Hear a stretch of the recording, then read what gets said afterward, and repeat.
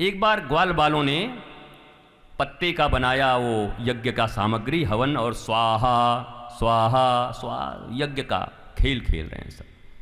तो ठाकुर जी ने कहा क्या हो रहा है?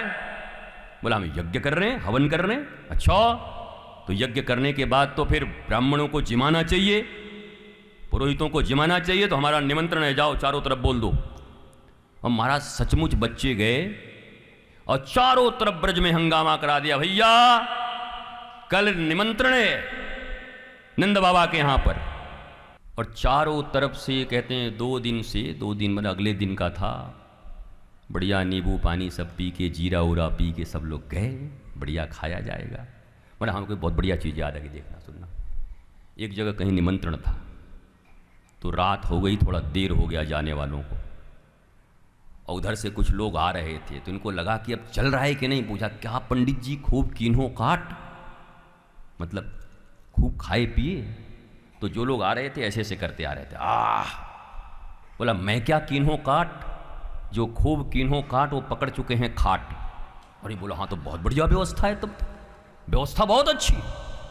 तो देखा कि उधर से खटिया पे महाराज 4 आदमी खटिया पे लेके चले आ रहे हैं, वाह आ करते हुए। बोलो बड़ा बड़ा जबरदस्त व्यवस्था है। तो क्या पंडित जी खूब कीन्हो काट, यहीं से पूछे। वो खटिया वाले कह रहे हैं मैं क्या कीन्हो काट, जो खूब कीन्हो काट वो पहुंच चुके हैं घाट। संतोष मैं क्या खाया मारा। तो पहुंच गए लोग। अब जाके देखा भाई कहीं से कोई सुरसारी नहीं है। बोला अरे, दरवाजा खटखटाया हिम्मत करके, यशोदा जी निकली, क्या बात है? बोला हमारो निमंत्रण है। बोला काहे को निमंत्रण? अरे बोला कन्हैया ने कहा कि आज यहाँ पर निमंत्रण है पूरा। और कन्हैया भीतर में डोल रहे इधर से उधर, यशोदा इधर इधर, ये क्या हो रहा है? बोला भैया इसमें हमारी कोई गलती नहीं, गलती तुम्हारी है। बोला हमारी गलती? हम तो यहाँ कब से। बोला तुमने हमें सिखाया जब यज्ञ हो हवन हो तो उसमें ब्राह्मणों को जिमाना चाहिए कि नहीं। बोला हाँ सिखाया है, तो हमने निमंत्रण दे दिया। और गलती इनकी भी है, बच्चों की, मित्रों की। बोले इनकी क्या गलती है?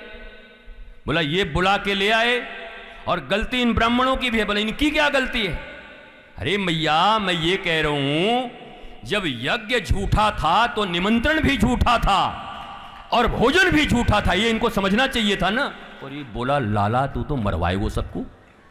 महाराज गए सब पंडित जी लोग घर में जा करके बोले पंडित ने, अरे पंडितानी बोली अकेले अकेले खा के आ गए नंद भवन से, थोड़ा सा ले आते। अरे बोला जल्दी रोटी और कुछ मूंग की दाल ला, मर गए 2 दिन से खाए बिना। कहते हैं ब्रजरानी ने फिर दूसरे दिन खूब बढ़िया निमंत्रण दिया, खूब खिलाया। ठाकुर जी किससे किससे खेलते हैं? गऊओं से। नंद भवन में जो थोड़े छोटे छोटे छोटे अस्त्र शस्त्र हैं, कभी उसको लेकर के भी ठाकुर जी बलराम जी तलवार चलाने लगते हैं, छोटे छोटे शस्त्र 80। एक दिन कुआं की एक बड़ी सुंदर कथा है। ठाकुर जी एक दिन कुआं में झांके ऐसे करके, कुआं में झांके तो बोले ठाकुर जी का प्रतिबिंब दिखाई पड़ा। अब ये तो पुराने ऐसे हैं, स्व मोहिनी माया मार के बैठे हुए अपने ऊपर, स्वजन मोहिनी माया, स्व मोहिनी माया। तो देखा, बोला कौन है? तो कुआं से भी आवाज आया कौन है? बोला दारी के हमारे ही घर में पूछ रहे हो कौन है? बाहर निकल। ओ बोला तू बाहर निकल। बोला हमारे घर थे, हमें बाहर निकालेगो। तब तक दादा आ रहे थे, बलदाऊ। बोला क्या हुआ कन्हैया? अरे बोला दादा एक छोरा घुसाए हुए कुआं में और हमें घर से निकलवे को कह रहे हैं। बोला इधर आओ तो आओ। तो दादा भी जाके बोला कौन है? बोला देखो वहां ने भी अपने भैया को बुला लियो महाराज, उसके भी दादा आ गए। बोला तू कौन है? तो दादा बोले तो पहचानता नहीं? बलराम हूं मैं। नीचे से उधर से तू पहचानता नहीं? बोला दादा बात नहीं बनेगी, कूदो अब देखा जाएगा। बलराम जी भी हल दे करके डब से जाकर छप छप छप, कन्हैया यहां तो कोई ना। बोला तो हम पहले से जानते थे वहां पर कोई नहीं है। अरे बोला हमें डुबा दिया, रस्सी डालो ठाकुर ने। बोला आ जाओ। बलराम बोले आ जाओ। हमें खींचा जोर से, कन्हैया भी झप में से नीचे। अब दोनों टपट, और यशोदा मैया अरे कहां गए, कहां उधम कर रहे हैं, मिल ना रहे। नीचे से आवाज आई कुआं में झाका, यहां क्या कर रहे मगरमच्छ की तरह झुम झुम। अरे मैया ये यहां पर एक छोरा आयो ऐसे भयो ऐसे। बोला ऊपर आओ। अब बाल्टी डारी मैया ने, कन्हैया करें जाओ दादा, बोला तू जा पहले, बोला जो पहले आया पहले वो जाएगा। कन्हैया को पता है जो जाएगा पहले वो खाएगा, बोला पहले आप उतरे पहले आप जाओ।